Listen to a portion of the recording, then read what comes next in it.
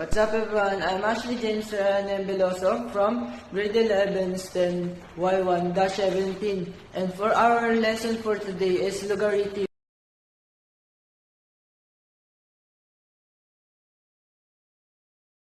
Our base is unknown. Our base is b. And for our exponent is 3 equal to 125. This is how to find b. Now, cube root. And let's cancel these two. So, b is equal to 5.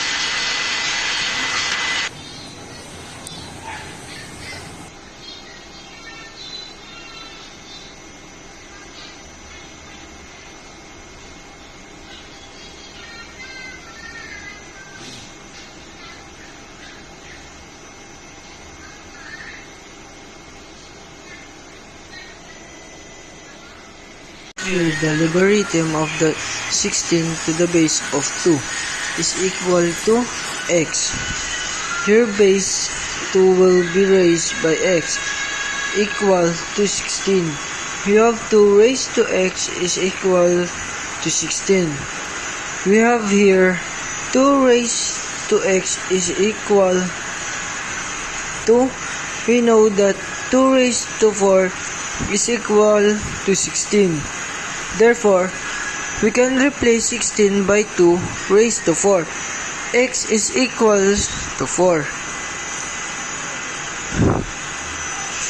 For our checking, we can have the logarithm of 16 to the base of 2 is equal to your x, which is 4, and then converting, this will become 2 raised to 4 is equal to 16.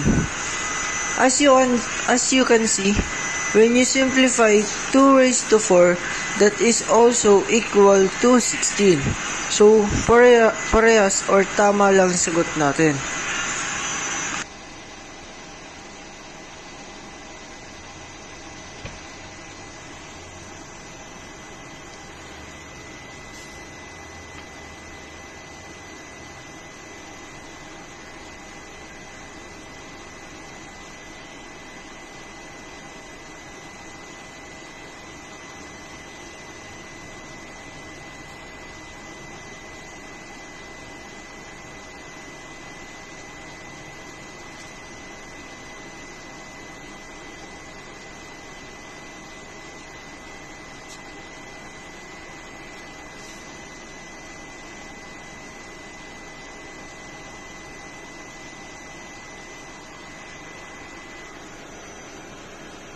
There is log on both sides, so therefore just cancel. So we have x plus 6 then equals to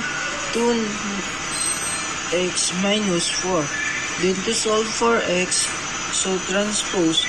So we are back, so this becomes negative 2x then equals to negative 4. Transpose this positive 6, that's negative 6. Then this x minus 2x or 1 minus 2, that's negative 1x or negative x, that equals this negative 4 and negative 6 since negative, so therefore you add, so that's negative 10, then divide both sides by negative 1 to make this x positive, then equals positive 10. So x is equals to positive 10.